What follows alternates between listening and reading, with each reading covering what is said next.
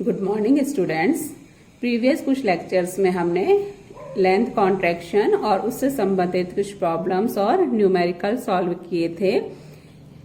लंबाई संकुचन या लेंथ कॉन्ट्रैक्शन का मतलब था कि गतिशील अवस्था में किसी पिंड की नापी गई लंबाई उसकी स्थिर अवस्था में नापी गई लंबाई से अधिक होती है, और इस प्रभाव को हम लॉरेंज रूपांतरण समीकरणों द्वारा समझ सकते थे। आज हम ऐसा ही एक और प्रभाव अध्ययन करेंगे जिसे कहते हैं काल विस्तारण या टाइम डायलेशन। जैसे कि नाम से ही है काल विस्तारण, काल का मतलब होता है समय, विस्तारण यानी एक्सपेंशन या बढ़ोतरी, तो यानी समय में बढ़ोतरी होती है।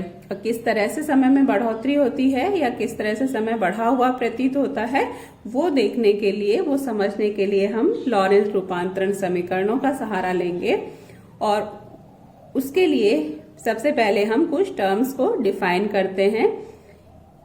उचित निर्देश तंत्र या प्रॉपर फ्रेम, तो किस निर्देश तंत्र को हम उचित या उपयुक्त निर्देश तंत्र कहेंगे? कि वह निर्देश तंत्र जिसमें नियत स्थान पर अलग अलग समय पर घटनाएं घटित हो रही हैं, या जिस निर्देश तंत्र में पिंड जिसके कारण घटना हो रही है स्थिर हो, उसे उचित निर्देश तंत्र कहेंगे। यहाँ यह इम्पोर्टेंट है कि जो घटनाएं हैं वो एक ही स्थान पर, नियत स्थान पर, फिक्स पोजीशन पर घटित होनी चाहिए, तब उस निर्देश तंत्र को जिसमें ऐसा हो रहा है उससे उचित या उपयुक्त निर्देश तंत्र कहेंगे। उचित समयांतराल या प्रॉपर टाइम इंटरवल किसको कहेंगे? उचित निर्देश तंत्र के प्रेक्षक द्वारा दो घटनाओं के बीच नापा गया समय का अंतर उचित समयांतराल कहलाएगा।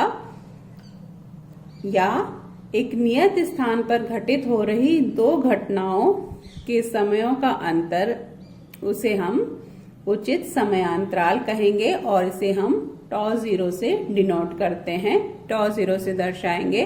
तो टॉ जीरो का मतलब होगा कि एक नियत स्थान पर घटित हो रही दो घटनाओं के समयों का अंतर। जैसे एक घटना मान लीजिए t1 समय पर होती, दूसरी t2 समय पर होती, तो टॉ जीरो हो जाता t2 माइनस t1, अगर वो एक ही स्थान पर घटित हो रही हो। यहाँ इम्पोर्टेंट यही है कि नियत स्थान पर या एक ही स्थान पर घटित होनी चाहिए, उस अवस्था में नापा गया समयांतराल उचित समयांतराल कहलाएगा। दूसरा निर्देश तंत्र के प्रेक्षक के सापेक्ष नापा गया समयांतराल, उसे हम टॉ जीरो से डिनोट करेंगे, और वो गतिशील अवस्था में है तो उसके सापेक्ष जो निर्देश तंत्र, जो घटना थी वो भी नियत स्थान पर घटित ना होकर अलग अलग स्थानों पर घटित होती हुई दिखाई देगी। तो हम हमेशा की तरह s और s डैश दो कार्टेशियन कोऑर्डिनेट सिस्टम ले लेते हैं, और ये भी मान लेते हैं कि s के सापेक्ष s डैश प्लस x दिशा में नियत वेग v से गतिशील है। मान लीजिए s डैश निर्देश तंत्र में नियत स्थान x डैश पर घटनाएं घटित हो रही हैं। जैसे कि कोई बल्ब रखा हुआ है, वो फ्लैश एमिट कर रहा है, तो जैसे एक फ्लैश एमिट की, कुछ समय बाद वो दूसरी फ्लैश एमिट करेगा, तो उसके वो दो घटनाएं कहलाएंगी। ऐसे ही घड़ी है, वो किसी जैसे टिक की आवाज करी है, फिर कुछ समय बाद फिर टिक की आवाज करेगी, तो उन दो घटनाएं हैं वो उसके लिए दो घटना हो जाएंगे। तो वो एक, लेकिन ये नियत स्थान पर है s डैश में, तो s डैश में नियत स्थान पर है, इसका मतलब s डैश कैसा रेफरेंस फ्रेम हुआ? प्रॉपर रेफरेंस फ्रेम या उचित या उपयुक्त निर्देश तंत्र होगा। और चूंकि s के सापेक्ष s डैश गतिशील है, इसलिए उसमें रखी हुई घड़ी या बल्ब जिसके कारण से घटना घटित हो रही है वो कैसा दिखाई देगा? उसको गतिशील अवस्था में दिखाई देगा। तो इसलिए वो जब पहली घटना हुई तब स्थिति अलग होगी, उसके बाद वो गति करते हुए उसके सापेक्ष दूसरे स्थान पर पहुंच जाएगा, तब दूसरी घटना घटित होगी। इसलिए s के प्रेक्षक के सापेक्ष ये घटनाएं हैं, ये अलग अलग स्थानों पर घटित होती हुई दिखाई देंगी। तो s जो निर्देश तंत्र है उसमें अलग अलग स्थानों पर घटित होती हुई दिखाई देंगी, लेकिन एस डैश में वो नियत स्थान पर घटित हो रही है और एस डैश उसका प्रॉपर रेफरेंस फ्रेम या उचित निर्देश तंत्र होगा। यह हमने यहाँ ड्रॉ किया है कि ये एस निर्देश तंत्र है, उसका प्रेक्षक O पर स्थित है और एस डैश निर्देश तंत्र एक्स दिशा में ही गति कर रहा है, तो ये एक्स और एक्स डैश एक ही निर्देश तंत्र होंगे, मतलब निर्देश अक्ष इसी तरह से होंगे और Y Y dash Z Z dash एक दूसरे के समांतर होंगे।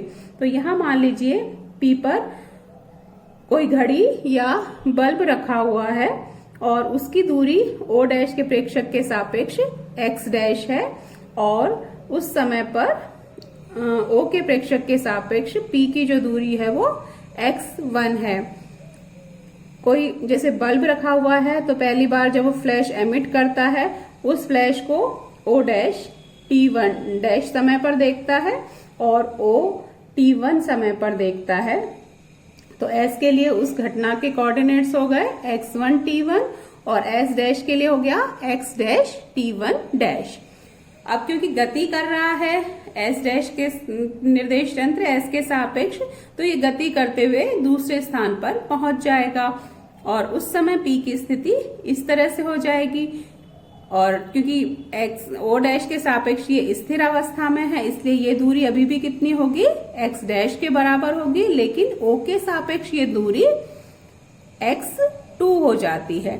और उस समय मान लीजिए यहाँ पर कोई दूसरी फ्लैश एमिट होती है, निर्देश वो जो बल्ब है वो प्रकाश उत्सर्जित करता है, तो उस समय उसके कोऑर्डिनेट्स S के प्रेक्षक के लिए x2 उसकी दूरी है और t2 वो समय जबकि उसने फ्लैश एमिट की है उसको t2 समय नोट करता है और S डैश के लिए यही हो गया उस घटना के लिए x डैश और t2 डैश, क्योंकि x डैश यहाँ भी x डैश है और यहाँ भी x डैश, क्योंकि ये नियत स्थान पर घटित हो रही है S डैश के प्रेक्षक में के लिए। तो S डैश उचित निर्देश तंत्र है, अतः इसके प्रेक्षक द्वारा दो घटनाओं के मध्य नापा गया समयांतराल उचित समयांतराल कहलाएगा और वो τ0 है, वो हो जाएगा t2 dash minus t1 dash. S के प्रेक्षक द्वारा इन्हीं दो घटनाओं को t2 और t1 समय पर नोट किया गया है, तो उसके लिए उसके प्रेक्षक O द्वारा नापा गया समयांतराल कितना होगा, उसे हम τ कहेंगे और वो t2 माइनस t1 होगा। तो यहाँ यही ध्यान रखने वाली बात है कि S डैश के प्रेक्षक के लिए ये एक ही स्थान पर घटित हो रही है और S के प्रेक्षक के लिए ये अलग अलग स्थानों पर घटित हो रही है, क्योंकि P है वो गतिशील अवस्था में होगा। अब हमें τ0 और τ के बीच में संबंध ज्ञात करना है, जिससे हम लॉरेंज रूपांतरण समीकरणों द्वारा ज्ञात करेंगे। यहाँ पर S डैश के प्रेक्षक के लिए हमें पता है कि पहली घटना घटित हुई तब कोऑर्डिनेट्स हैं x डैश और t1 डैश, और द्वितीय घटना जब घटित हुई तब कोऑर्डिनेट हैं x डैश और t2 डैश। तो इन्हीं की सहायता से हम लॉरेंज रूपांतरण समीकरण लगाएंगे और τ0 और τ के बीच संबंध रिलेशन है वो निकालेंगे।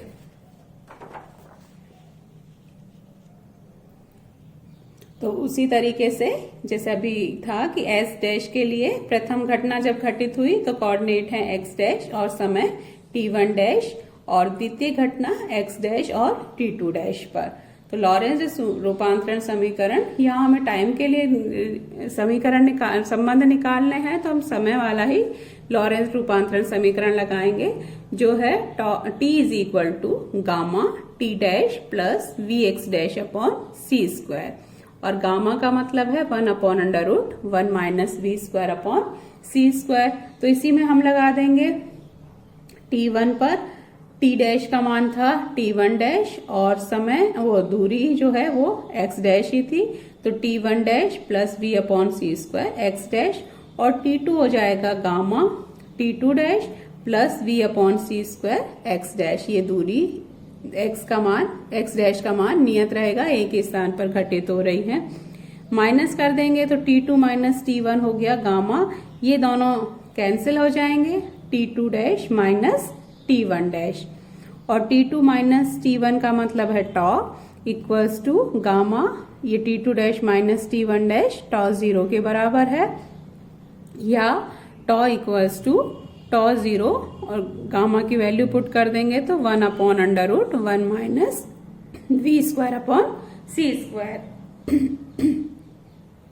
अब क्योंकि 1 में से कुछ राशि माइनस हुई है, 1 माइनस, तो ये राशि का मान 1 से छोटा होगा, और जब 1 से छोटी संख्या को से किसी 1 को डिवाइड करते हैं तो वो मान हमेशा क्या आता है, 1 से बड़ा आता है, यानी टॉ का मान टॉ 0 से अधिक हो जाएगा। टॉ 0 1 से छोटी राशि से विभाजित है, इसलिए टॉ का मान टॉ 0 से अधिक होगा।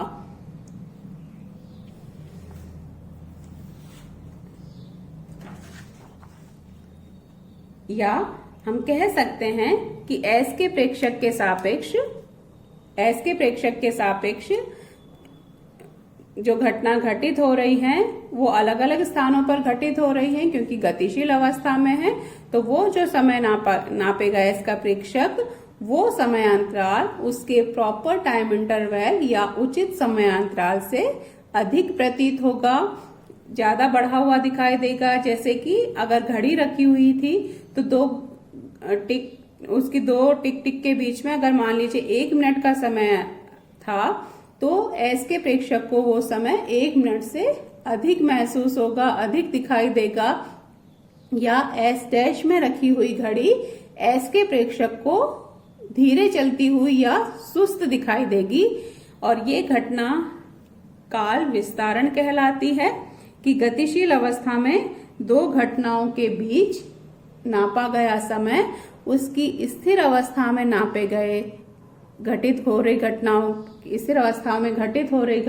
के समय अंतराल से अधिक होता है। तो इस प्रभाव को हम वही लॉरेंज रूपांतरण समीकरणों द्वारा निकाल सके थे। लॉरेंज रूपांतरण समीकरणों का ही लंबाई संकुचन और काल विस्तारण को लॉरेंज रूपांतरण समीकरणों द्वारा ही समझा जा सकता है। गैलीलियन रूपांतरण समीकरणों में ऐसा कोई प्रभाव नहीं होता, या इन प्रभावों को हम गैलीलियन रूपांतरण समीकरणों से नहीं समझ सकते हैं। और वही नियत वेग जो दैनिक जीवन की वेलोसिटीज होती हैं, उन पर v का मान c की तुलना में बहुत छोटा होता है, तो हम इसको नेग्लेक्ट कर सकते हैं और उस समय टॉ इज इक्वल टू टॉ 0 प्राप्त होगा, यानी काल विस्तारण की घटना दिखाई नहीं देगी। तो दैनिक जीवन में काल विस्तारण की घटना दिखाई नहीं देती, का प्रभाव दिखाई नहीं देता, लेकिन जबकि वेलोसिटी है या जो गति है वो प्रकाश के वेग की कोटि की हो, उस समय काल विस्तारण का प्रभाव दिखाई देता है, और गतिशील अवस्था में नापा गया समय स्थिर अवस्था में नापे गए समय से अधिक होगा।